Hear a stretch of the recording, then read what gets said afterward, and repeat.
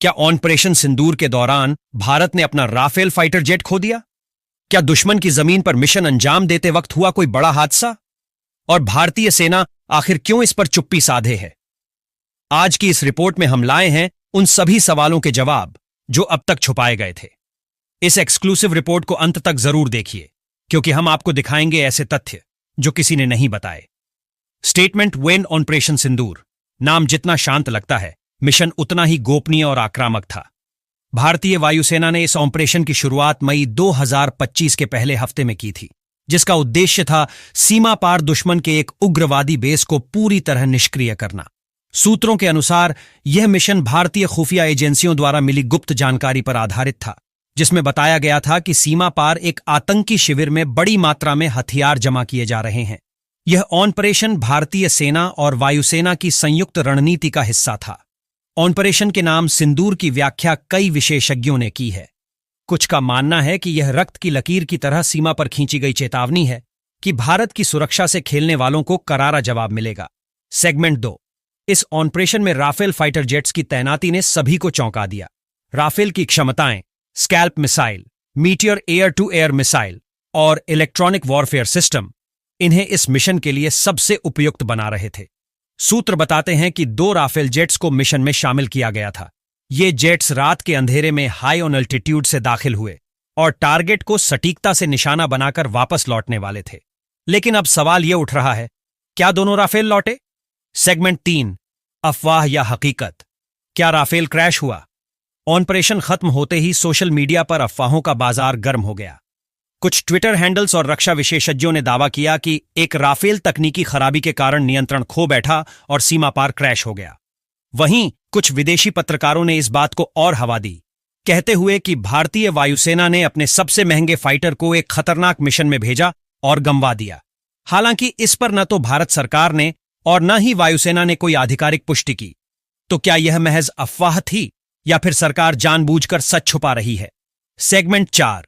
भारतीय सेना का जवाब। 9 से 12 मिनट तक 8 मई की शाम को भारतीय वायुसेना के प्रवक्ता ने एक प्रेस नोट जारी किया, जिसमें केवल इतना कहा गया, ऑपरेशन सिंदूर पूरी तरह सफल रहा, सभी टारगेट्स को नष्ट किया गया और कोई नुकसान नहीं हुआ।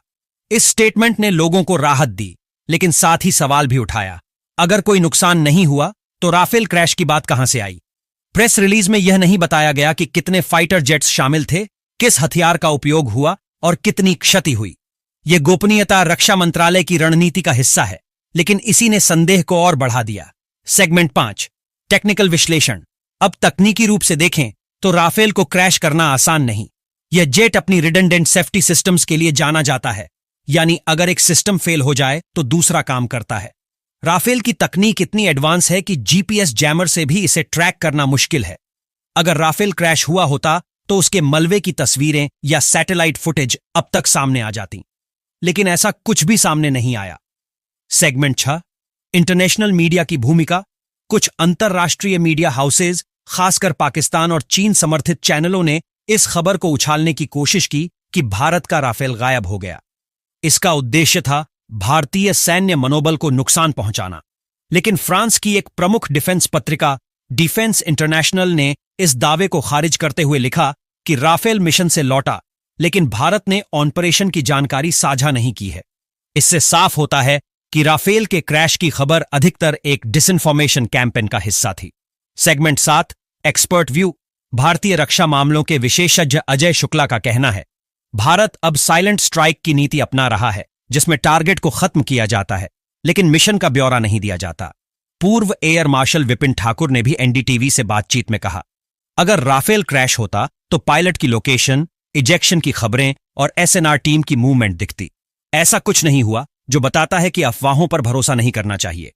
सेगमेंट 8। जनता की नजरों में राफेल एक गौरव है। ट्विटर, यूट्यूब और फेसबुक पर हजारों पोस्ट्स ने सवाल उठाया, सेना ने कुछ छुपाया तो नहीं? लेकिन वहीं देशभक्तों ने यह भी कहा कि सेना पर भरोसा रखिए, हर जानकारी सार्वजनिक नहीं की जाती, क्योंकि कई बार गोपनीयता ही मिशन की सफलता होती है। सेगमेंट 9। निष्कर्ष। तो क्या भारत ने राफेल खोया? अब तक के सभी प्रमाण, विश्लेषण और विशेषज्ञों की राय यही बताती है कि नहीं, भारत ने राफेल नहीं खोया। सेना की चुप्पी रणनीतिक है। ऑपरेशन सिंदूर सफल रहा और राफेल जेट्स सुरक्षित लौटे। हालांकि इस सस्पेंस ने यह जरूर साबित कर दिया कि भारत की हर सैन्य चाल अब वैश्विक चर्चा का विषय बन चुकी है। Outro, call to action. तो दोस्तों, क्या आपको लगता है कि भारत को ऐसे ऑपरेशन की जानकारी देनी चाहिए या गोपनीय रखना चाहिए? अपने विचार कमेंट में जरूर बताइए। वीडियो पसंद आया हो तो लाइक और शेयर जरूर करें। हम आपके लिए ऐसे ही ओरिजिनल और एक्सक्लूसिव रिपोर्ट्स लाते रहेंगे। जय हिंद।